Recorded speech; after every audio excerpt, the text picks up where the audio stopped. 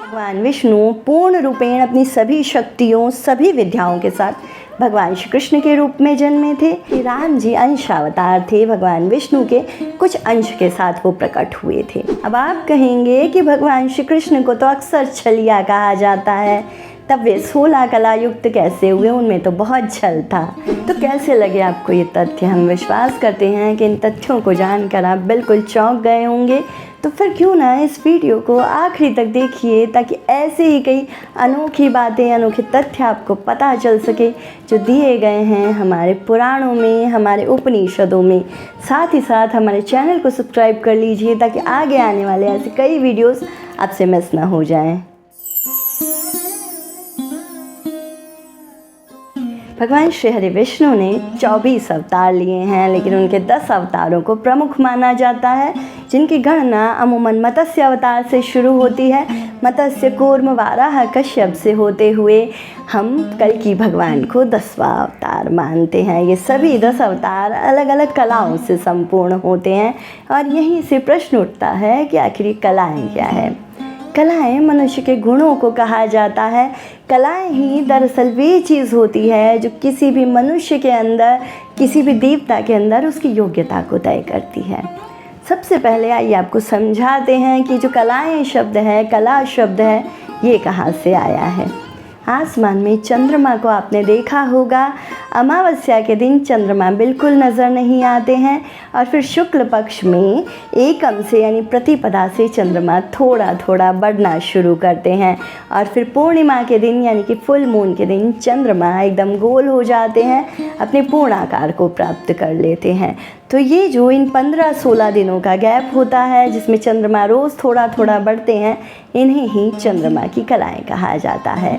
ये कलाएं मनुष्य की योग्यता को निर्धारित करती है और ये योग्यता हर मनुष्य, हर तत्व और हर अवयव में अलग अलग प्रकार से होती है।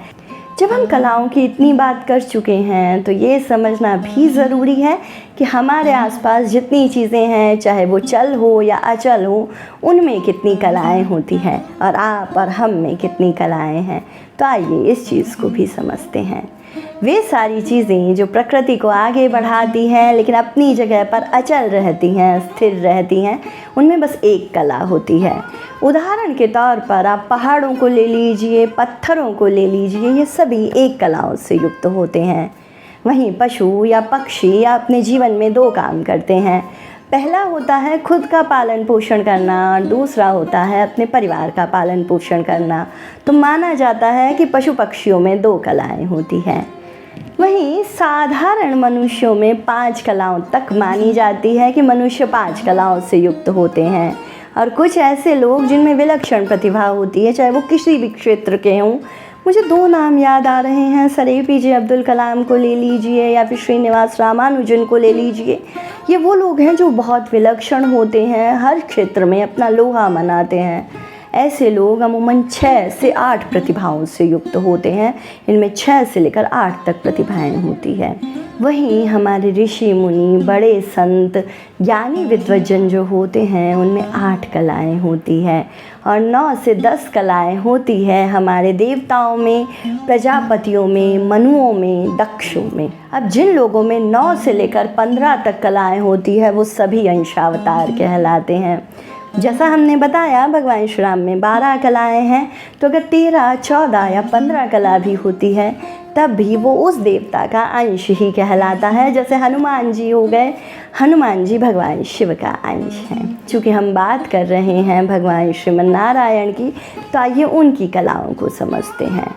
भगवान श्री हरि विष्णु के जो शुरुआती 2 अवतार हैं, फिर चाहे वो मत्स्य अवतार हो या कूर्म अवतार हो, उनमें बस एक ही कला थी, क्योंकि उनका जो काम था वो बस कुछ ही पलों के लिए था। जैसे मत्स्य भगवान की अगर बात करें तो उनका काम बस सृष्टि के सारे बीजों को, मनुष्यों की पहली नस्ल को सुरक्षित बचाना था प्रलय में।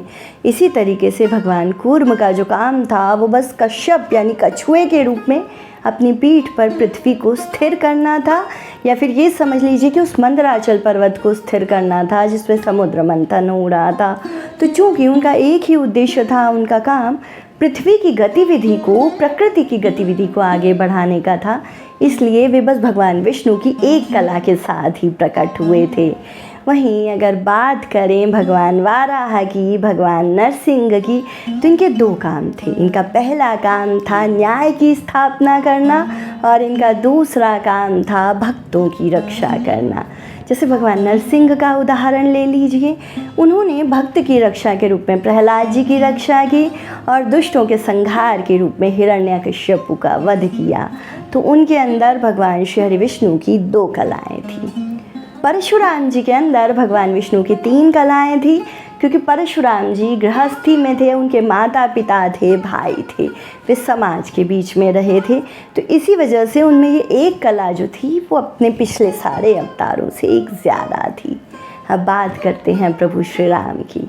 अमूमन हमारे पुराणों में माना जाता है कि भगवान श्री राम में श्री हरि विष्णु की 12 कलाएँ थी। हम पहले ही बता चुके हैं कि 16 कलाओं को पूर्ण कला माना जाता है, लेकिन भगवान श्री राम में भगवान विष्णु की बस 12 कलाएँ थी। इसी वजह से पुराणों में भगवान श्री राम को विष्णु जी का अंशावतार माना जाता है, पूर्ण अवतार नहीं माना जाता है। यहाँ आपके मन में प्रश्न उठेगा कि अंशावतार और पूर्ण अवतार ये दोनों क्या शब्द है, इन दोनों में क्या अंतर है? तो आइए इन दोनों शब्दों के अंतर को समझने की कोशिश करते हैं।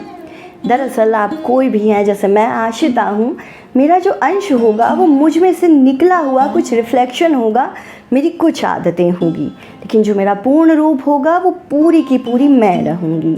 तो भगवान श्रीमन नारायण के राम और कृष्ण अवतारों में यही अंतर है कि प्रभु श्री राम में भगवान विष्णु के कुछ गुण थे, लेकिन भगवान श्री कृष्ण श्रीमन नारायण की समूची कलाओं, विद्याओं और ज्ञानों से युक्त होकर प्रकट हुए थे।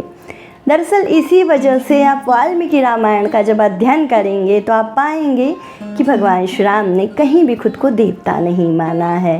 दरअसल वे मनुष्य रूप में जन्मे थे और बस उनके अंदर भगवान श्री विष्णु के 12 गुण थे।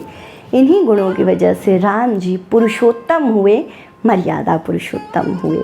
वे पुरुष के रूप में, मनुष्य के रूप में सर्वश्रेष्ठ हुए, क्योंकि मनुष्यों में 8 कलाएँ होती हैं, लेकिन श्री राम में 12 कलाएँ थी। निश्चित रूप से उन्हें मनुष्यों से बेहतर होना था, लेकिन चूंकि उनमें सारी की सारी कलाएँ नहीं थी, तो इसी वजह से भगवान श्री राम को अपने देवत्व का ज्ञान नहीं था। उन्होंने कभी भी रामावतार में सुदर्शन चक्र धारण नहीं किया, गरुड़ की सवारी नहीं की। भगवान श्री कृष्ण की द्वारिकापुरी की रक्षा हमेशा सुदर्शन चक्र किया करते थे। भगवान श्री कृष्ण के कई संवाद गरुड़ जी के साथ हुए और मौके बे मौके, जैसे शिशुपाल वध वगैरह के समय भगवान श्री कृष्ण ने उस सुदर्शन चक्र को धारण भी किया। तो यही अंतर है पूर्णावतार और अंशावतार में। हम आपको समझा चुके हैं कि राम जी अंशावतार थे, भगवान विष्णु के कुछ अंश के साथ वो प्रकट हुए थे। वहीं भगवान विष्णु पूर्ण रूपेण अपनी सभी शक्तियों, सभी विद्याओं के साथ भगवान श्री कृष्ण के रूप में जन्मे थे।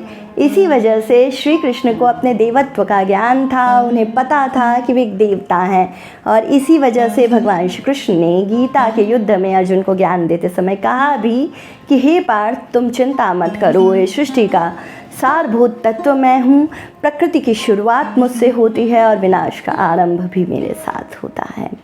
कलाओं की काफ़ी सारी बातें हो गई है, ऐसे में ये समझना ज़रूरी है कि जिसमें सारी की सारी कलाएं होती है वो अपने जीवन में क्या बेहतर कर सकता है या उसकी पहचान कैसे होती है। तो हमारी कई सारी संहिताओं, उपनिषदों, जैसे कि योग चूड़ामणि हो गया, शरणागत दीपिका वगैरह हो गए, उनमें ये लक्षण बताए गए हैं कि कलाओं से युक्त व्यक्ति को कैसे पहचाना जा सके।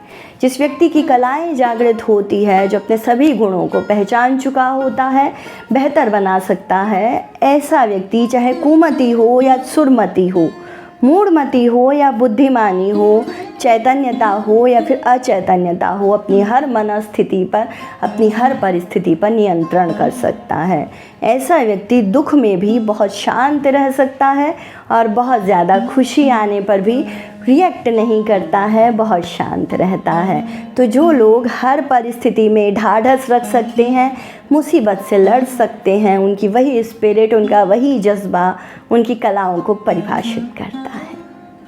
अब इस संवाद को वहाँ लेकर जाते हैं जहाँ हम आपको बताएं कि सभी 16 कलाएं क्या है, ताकि आप भी कैलकुलेट कर सकें कि आप में कितनी कलाएं हैं और किन कलाओं को आप अपने अंदर ला सकते हैं। पहली कला होती है श्री, यानी जिस व्यक्ति के पास ये कला होती है उसके पास पैसा हमेशा रहता है, उसके जीवन में धन की आवक बनी रहती है।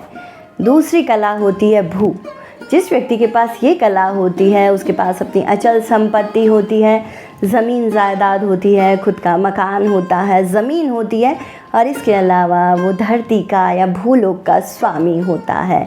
अब अगली कला की बात करें तो अगली कला है कीर्ति। कीर्ति कला जिन लोगों के पास होती है उनकी यश पताका बहुत ज़्यादा होती है, उनको हर कोई सम्मान देता है, उनके बारे में बात करता है, उनकी इज्जत करता है। चौथी कला है वाणी सम्मोहन। जिन लोगों के पास ये कला होती है वो अपनी बातों से किसी को भी प्रभावित कर लेते हैं। जैसे अमूमन हम स्पिरिचुअल या मोटिवेटर्स को देखा करते हैं कि उनकी बातें सुनकर कोई भी प्रभावित हो जाता है, उनकी बातों को मानने लगता है। इसकी अगली कला होती है लीला।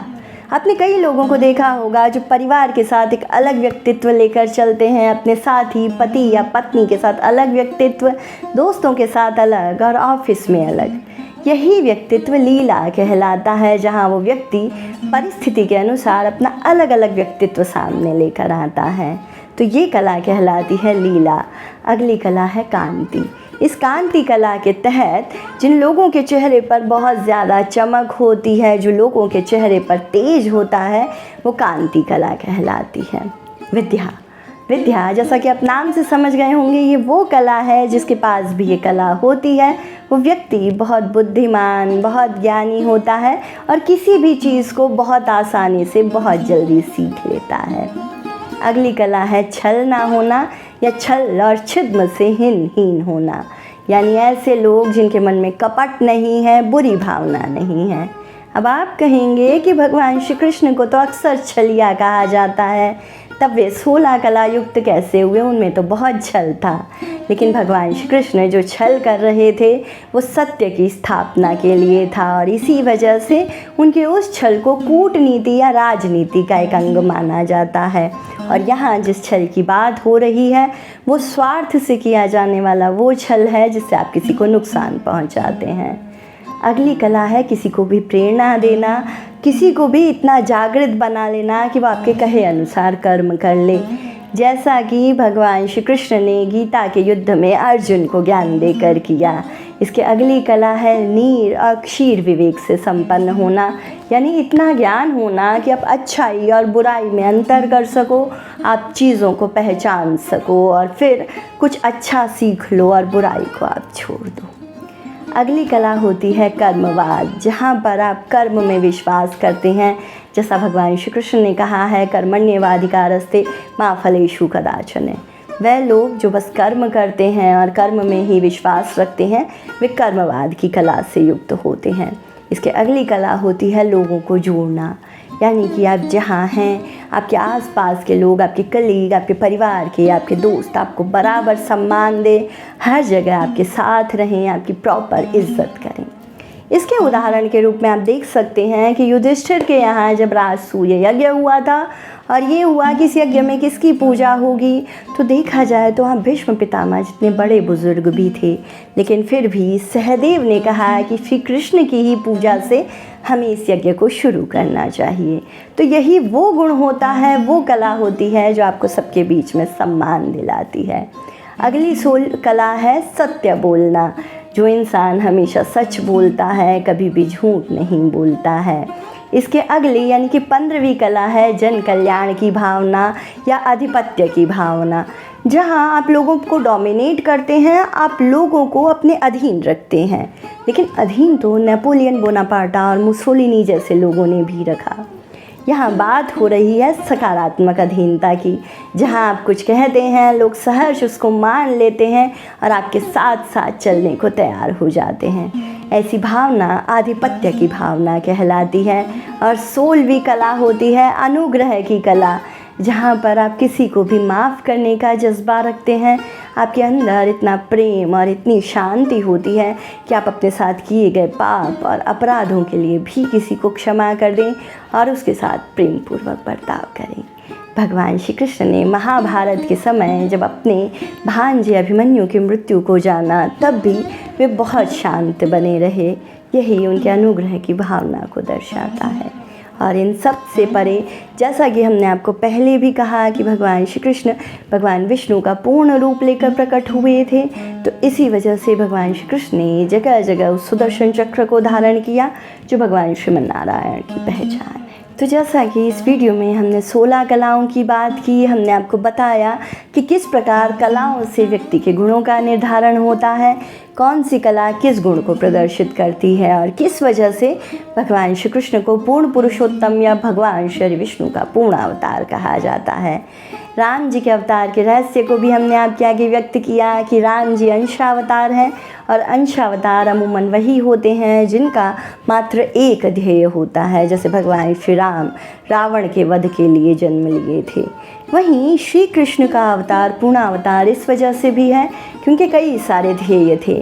फिर चाहे वो ब्रज में रहकर प्रेम की स्थापना हो, यशोदा मैया और नंद बाबा के साथ वात्सल्य रस को पूर्ण रूपेण देना हो, या फिर एक कूटनीतिज्ञ की भूमिका हो, एक पति की भूमिका हो, पिता की भूमिका हो, या फिर एक योद्धा की भूमिका हो, एक मार्गदर्शक की भूमिका हो, भगवान श्री कृष्ण ने इन कई सारी भूमिकाओं को निभाया और इसी वजह से वे कहलाए पूर्ण अवतार। इस वीडियो में आपने हमारे मुंह से बार बार अवतार शब्द सुना होगा। आपके मन में शायद ये प्रश्न भी आया होगा कि क्या सारे अवतार एक ही तरह के होते हैं या अलग अलग अवतारों में अलग अलग भेद होते हैं, अलग अलग प्रकृति होती है। तो इन सभी बातों को हम बहुत जल्दी सुलझाएंगे हमारे दूसरे वीडियो में। उस वीडियो के लिए आपको हमारे चैनल से जुड़े रहना होगा। तो हमारे चैनल यानी आश्रिता उवाच आवर हिस्ट्री नॉट माइथोलॉजी के साथ बने रहने के लिए इस वीडियो को लाइक कीजिए, इसे ज़्यादा से ज़्यादा शेयर कीजिए, हमारे चैनल को सब्सक्राइब कर लीजिए और बेल आइकन दबा लीजिए ताकि किसी नए वीडियो की अपडेट आपसे मिस ना हो जाए। हम जल्द लौटते हैं अगले अंक में किसी अगली दिव्य कथा, किसी अगले दिव्य आख्यान के साथ। तब तक के लिए नमस्कार।